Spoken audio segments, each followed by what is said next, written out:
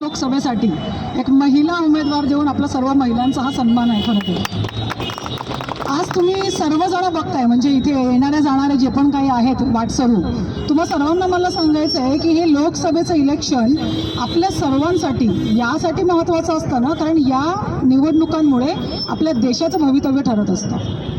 त्याच्यामुळे जेव्हा तुम्ही आम नागरिक असता, म्हणजे जे राजकारणात सक्रिय नसतात, ज्यांना फक्त आणि फक्त आपलं काम आणि आपलं घर एवढंच माहीत असतं, ती काही माणसं अशी म्हणजे विचार करतात की आम्हाला काय करायचं आहे, हे राजकारण किती घाण झालं आहे, आम्हाला काय करायचं आहे. पण मी तुम्हाला सांगू इच्छिते, या भारताचे नागरिक म्हणून आणि तुम्हाला जर आणि तुमच्या येणाऱ्या पिढीला जर मान वरती करून ताठ मानेने स्वतंत्र भारतात जगायचं असेल ना, तर तुम्हालाच ही लोकशाही वाचवण्यासाठी मतदान करायला घराच्या बाहेर पडावं लागणार आहे. आता माझ्या बऱ्याचशा बंधूंनी एका सांगितलं, म्हणजे मोदींचे जुमले, सर्वात मोठा जुमला तो होता महागाईचा. ते काय म्हणाले त्यावेळेला, बस हो गई अब महंगाई की मार, अब की बार मोदी सरकार. पण आता आपण जे 10 वर्षात जे पाहतोय, तर आपल्या सर्वांना काय वाटतंय, बस हो गई महंगाई के मार, अभी नहीं चाहिए बीजेपी सरकार. बरोबर की नाही? प्रत्येकाला हेच वाटतंय ना. आज नोटबंदी केल्यानंतर आम्ही महिला, जे तुम्हा पुरुषांच्या म्हणजे आमच्या नवऱ्यांच्या खिशातून 2-5 पैसे जे चोरून आम्ही जमा करायचो, आज आमच्या नवऱ्यांच्या खिशामध्ये पैसेच उरलेले नाही आहेत. हेच का दिवस बघायला आपण मोदी सरकार आणलं होतं निवडून? सांगा ना मला. माझ्या महिलांना जी आपली जमापुंजी होती, म्हणजे आम्हाला रक्षाबंधनला किंवा कुठल्या कुठल्या कार्यक्रमातून मिळालेले पैसे आम्ही जाऊन बँकेत जमा केले. काय आम्हाला अपेक्षा होती, आमच्या अकाउंटला 15 लाख रुपये येणार, ह्या अपेक्षेने आम्ही आमचे पैसे जमा केले. परंतु त्या बँकेच्या लाईनीमध्ये आपल्या सामान्य नागरिकांशिवाय कुठला पैसेवाला किंवा बिझनेसमॅन तुम्हाला दिसला का? सामान्य जनतेला मी विचारते, कोणीच दिसला नसेल. कारण हा जुमला फक्त आणि फक्त ब्लॅक मनीचा, जे मोठे मोठे आहेत ना, जे अडाणी असतील किंवा अंबानी असतील किंवा जे काही मोठे आहेत बिझनेसमॅन, त्यांचा काळा पैसा कसा वाईट करायचा हा फक्त जुमला त्यावेळेला वापरला गेला होता. त्याच्याने आपल्या सामान्य जनतेला एकही रुपयाचा कोणाला फायदा झालेला नाहीये.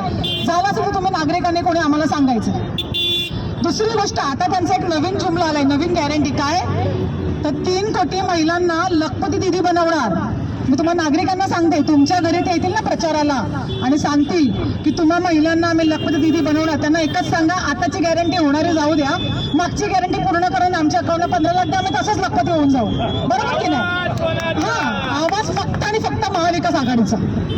तर मी तुम्हाला तेच म्हणते की ज्या प्रकारे आपण या 10 वर्षामध्ये वाट बघत राहिलो, आता अच्छे दिन येतील, आता अच्छे दिन येतील. माझा शेतकरी आत्महत्या करतोय आणि उद्धव साहेबांचं सरकार असताना 2 लाखापर्यंतचं कर्ज आम्ही सरसकट माफ केलंय की नाही? केलंय.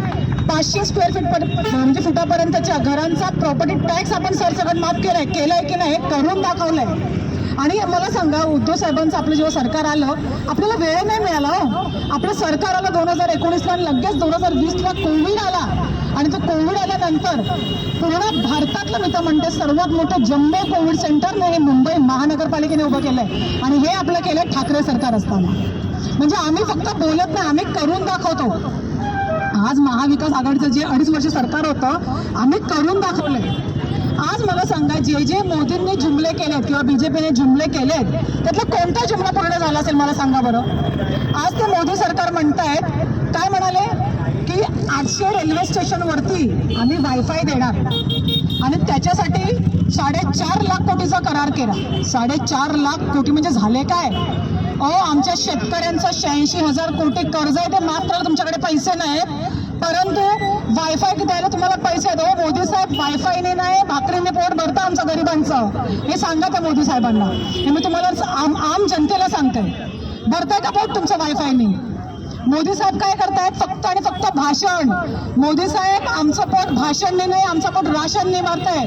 परंतु आज आम्हाला राशन विकत घ्यायलाही पैसे राहिलेले नाहीत. ही आजची वस्तुस्थिती. जी आमची 50 रुपयावर होतं घोडे तेल, ते आज 150 रुपयांच्या 200 रुपयांच्या वर गेले. हो की नाही माझ्या ताईंनो?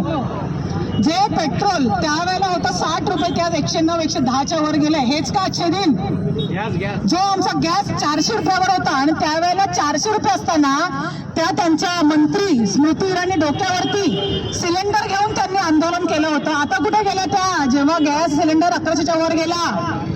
उज्ज्वलाची त्यांनी हे आणली, स्कीम आणली, परंतु एकदाच गॅस भरले त्याच्यानंतर RTIचा असा रिपोर्ट आहे, 1 कोटी सिलेंडर पुन्हा भरलेच गेले नाहीयेत.